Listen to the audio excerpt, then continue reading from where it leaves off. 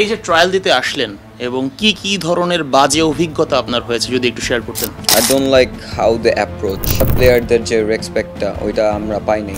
ওইখানে যখন আমরা গেম শেষ করে ফ্যান্সদের সাথে গেছিলাম মিট করতে, you saw some lungis over there. We don't like this kind of things because we are a player. এই ট্রায়ালটা আসলে কতটা মানসম্পন্ন ছিল কিংবা আপনার কাছে কি মনে হয়েছে ট্রায়ালটা আসলে যে সিস্টেমে হয়েছে সেটা সঠিক ছিল কিনা? আমার কাছে লাগে নাই 3 দিনে মানে এতগুলা প্লেয়ার একসাথে আপনি জাজ করতে পারবেন না। আমার হাতে আছে একটা বাংলাদেশি পাসপোর্ট এবং আমার সঙ্গে বসে আছেন একজন ফুটবলার তামজিদ রহমান, যিনি হচ্ছেন কদিন আগে শেষ হওয়া বাফুফের ট্রায়ালে আসা একমাত্র ফুটবলার যিনি এখনও রয়ে গেছেন বাংলাদেশে, এখনও আছেন এবং এটা তারই পাসপোর্ট নিয়ে যত আলোচনা সমালোচনা হচ্ছে যে ফুটবলাররা পাসপোর্ট করছে না, এই জন্য তাদেরকে নেওয়া সম্ভব হচ্ছে না। তামজিদের এই পাসপোর্টটা অনেক আগে থেকে আছে। একই সাথে তামজিদের প্রোফাইলটা যদি বলি আপনাদের মাথা ঘুরে যাবে। স্প্যানিশ ক্লাব ভিয়ারিয়ালের যে মালয়েশিয়ান শাখা, সেখানে সে অনূর্ধ্ব 19 দলের হয়ে খেলেছে, অনূর্ধ্ব 23 দলের হয়ে খেলেছে এবং 3 বছর সে ভিয়ারিয়ালের হয়ে খেলেছে। তেমনই একজন ফুটবলার অংশ নিয়েছিলেন বাফুফের ট্রায়ালে, কিন্তু তার ট্রায়ালে এমন তিক্ত অভিজ্ঞতা হয়েছে যেটা শুনলে আপনি অবাক হবেন, একই সঙ্গে কষ্ট পাবেন একজন বাংলাদেশের ফুটবল ফ্যান হিসেবে। আমি ডিভিশন 1 খেলছি, M4 লিগ খেলছি, it's call M3 league, M4 league, it's division 4 league, division 3 league. Tamjid Rahman জুনে শেষ হওয়া বাফুফের ট্রায়ালের একমাত্র ফুটবলার যিনি এসেছিলেন মালয়েশিয়া থেকে। তার প্রোফাইল চোখ কপালে তোলার মতোই। 3 বছর খেলেছেন স্প্যানিশ ক্লাব ভিয়ারিয়ালের মালয়েশিয়া ব্রাঞ্চে, ছিলেন ভিয়ারিয়াল অনূর্ধ্ব 23 দলের নিয়মিত একাদশের সদস্য। তবে দেশের টানে ছুটে এসে ফিরছেন তিক্ত অভিজ্ঞতা নিয়ে। অথচ উপযুক্ত পরিবেশ পেলে এই তামজিদই হতে পারতেন বাংলাদেশের গোল স্কোরিং সমস্যার সমাধান, যে কিনা লাস্ট সিজনেও এয়ার এশিয়া লিগে ছিলেন টপ স্কোরার। আমি লাস্টে খেলছি air Asia league, I was a top scorer there. Total কত ম্যাচে কত গোল করেছেন? 11টা ম্যাচে 23টা গোল করছি। তামজিদ, আপনি বলছেন আপনি মালয়েশিয়াতে ভিয়ারিয়াল অনূর্ধ্ব 19 দলের হয়ে খেলেছেন, 23 দলের হয়ে খেলেছেন। আর একটু ডিটেইলে কি বলবেন আপনার ভিয়ারিয়ালের ক্যারিয়ার কিংবা অভিজ্ঞতার কথা? আমি মালয়েশিয়াতে থাকতাম, তো ফার্স্টে আমি মালয়েশিয়ার স্টেট লেভেল টিম খেলছি, division 1, division 2. Then I'll do a trial in Malaysia, it's Villarreal, okay, Villarreal, Malaysia. Then I selected within 1 week under 19 academic. Then ওইখান থেকে 1.5 বছরের মধ্যে আমি আন্ডার 23-তে চান্স পাই ভিলারিয়ালে। ভিয়ারিয়ালের যে অভিজ্ঞতাটা সেটা যদি আমাদের সঙ্গে একটু শেয়ার করতেন, যে কেমন ছিল ওখানের স্ট্রাকচার কেমন কিংবা কি কি শিখেছেন আসলে ওখান থেকে?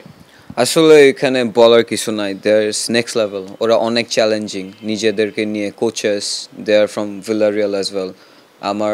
আমাকে বানাইছে, I can say that his name is coach Nanu and coach Sharif. ওনারা হচ্ছে এক্স প্লেয়ার ভিলারিয়ালের, সিএফের। ওনারা স্পেন থেকে মালয়েশিয়াতে ট্রেন করতে আসতো। ওনারা জাস্ট বলছে আমাকে যে তুমি অনেক ভালো হার্ড ট্রেনিং করতেছো, you have stamina, you have a good game sense, তুমি আগে যেতে পারবা। আপনি বাফুফের ট্রায়ালে অংশ নিয়েছিলেন, আপনি বাইরের দেশে ফুটবল খেলেন। এই ট্রায়ালটা আপনার কাছে কি মনে হয়েছে, কতটা মানসম্পন্ন ছিল কিংবা কতটুকু প্রফেশনাল ছিল? আমার কাছে লাগছে যে 3 দিনে মানে এতগুলা প্লেয়ার একসাথে আপনি জাজ করতে পারবেন না। ইন আ সেন্স ওনারা যদি 1 উইক বা 2 উইকস দিত ট্রেনিং সেশন, ওনারা দেখতে পারতো কোন কোন প্লেয়ার কোন কোন জায়গায় ভালো আছে, কোন কোন জায়গায় আমরা রাখতে পারবো, এরপরে দে ক্যান সিলেক্ট আস। আমি এটাই বলতে চাই আর কি। ট্রায়ালের পরে আসলে বাফুফের যারা ছিল তারা আসলে আপনাকে কি বলেছিল? ওনারা বলছিল যে সেন্ড মি ইওর নাম্বার, যে আপনি নাম্বার দিয়ে যান, উই গোনা কন্ট্যাক্ট ইউ। তারা বলেছিল যে নাম্বার দিয়ে গেলে যোগাযোগ করবে, নাম্বার তো দিলেন, এরপরে কি হলো?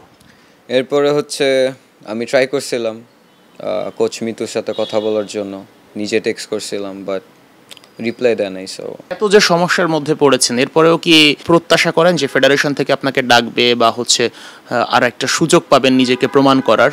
আমি আশা করি যদি চান্স দেয় অবভিয়াসলি আমি প্রুফ করব। এই যে ট্রায়াল দিতে আসলেন এবং কি কি ধরনের বাজে অভিজ্ঞতা আপনার হয়েছে যদি একটু শেয়ার করতেন। I don't like how they approach, মানে যেমনে অ্যাজ আ প্লেয়ারদের যে রেসপেক্টটা ওইটা আমরা পাইনি। আমার কাছে লাগে নাই ফর দ্য ফাইনাল গেমে যেটা হয়েছে। একটা জিনিস নোটিস করছেন আপনারা তো উপরে ছিলেন, ওইখানে যখন আমরা গেম শেষ করে ফ্যান্সদের সাথে গেছিলাম মিট করতে, you saw some lungis over there. We don't like this kind of things because we are player. ঠিক আছে, মেবি আমরা not like next level, like not Messi, not Ronaldo, but we have our self respect. যে স্বপ্ন নিয়ে বাংলাদেশে এসেছিলেন বা যে আশা নিয়ে এসেছিলেন, সেই আশাটা কতটা ভঙ্গ হয়েছে ড্রিমটা কতটা ব্রেক হয়েছে?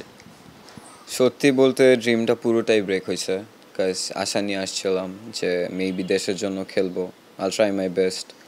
আসলে একদিন 2 দিন বা 3 দিনে একটা প্লেয়ারকে জাজ করা যায় না, আপনার দেখতে হবে ফার্স্টে, ঠিক আছে? দেন আমার তো টিম নাই এখানে, সো আমি কেমনে লাইক চিনি না জানি না কেমনে কম্বিনেশন করে খেলবো একটা প্লেয়ারের সাথে। তা আমি মনে করি এই জিনিসগুলো একটু ওনাদের দেখা উচিত ছিল, and we need a protocol.